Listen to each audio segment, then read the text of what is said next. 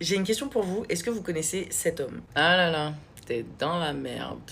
T'as joué avec la mauvaise personne. Si vous ne le connaissez pas, c'est parfait pour vous. Un conseil, ne le faites jamais rentrer dans vos vies. C'est sérieux.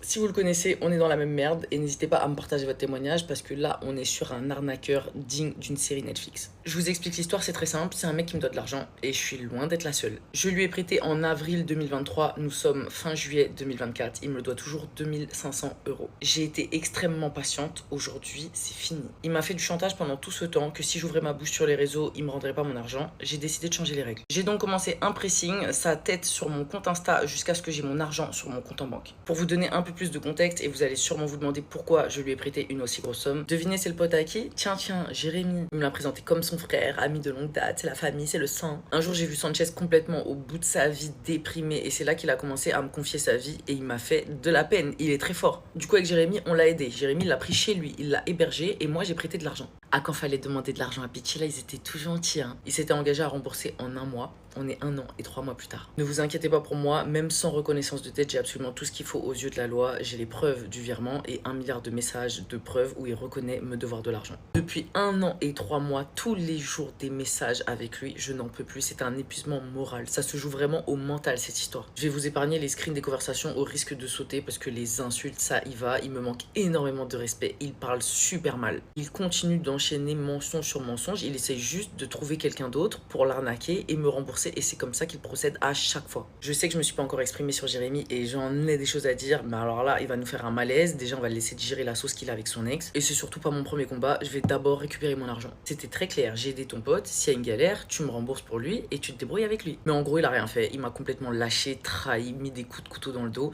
Il est encore pote avec cet homme-là. Je pense qu'ils sont complices en fait. Bref, pour en revenir au sujet principal, Nathan, ou plutôt sur les réseaux, il se fait appeler Sanchez. Depuis que j'ai mis sa tête en story, je vous jure que mes DM font peur. J'ai reçu tellement de témoignages de femmes qui sont dans la même situation avec le même homme, si on peut appeler ça un homme. Il a arnaqué beaucoup trop de femmes. Il doit encore de l'argent à beaucoup trop de gens. Et il ose faire le beau sur les réseaux, casque Apple, veste Jacquemus, pantalon suprême avec l'argent des gens alors qu'il est endetté. C'est pas fini. On m'a aussi dit qu'il avait une plainte sur le dos pour violence conjugale. Bravo. Il ne travaille pas, il n'a pas d'appartement, il passe sa vie à demander aux gens de l'héberger. Il vole même les gens qui l'hébergent, il se sert dans les sacs à main. Il a volé tellement de femmes, mes messages, je pète un câble. Ça fait des années qu'il fait ça. C'est toujours le même procédé, soit avec des femmes avec qui il est sorti, soit il abuse de la confiance de gens avec qui il est proche et de qui il attire la pitié. Même si tout le monde me dit que je reverrai jamais mon argent, moi tout ce que je veux aujourd'hui, c'est qu'il arrête. Il faut bien que quelqu'un l'arrête. Je suis en train de monter un dossier de plainte et de recueillir un maximum de témoignages. Donc si vous êtes victime, n'hésitez pas à m'envoyer un DM. J'ai bien retenu la leçon, merci. Ne jamais faire confiance à un homme et ne jamais prêter d'argent à personne.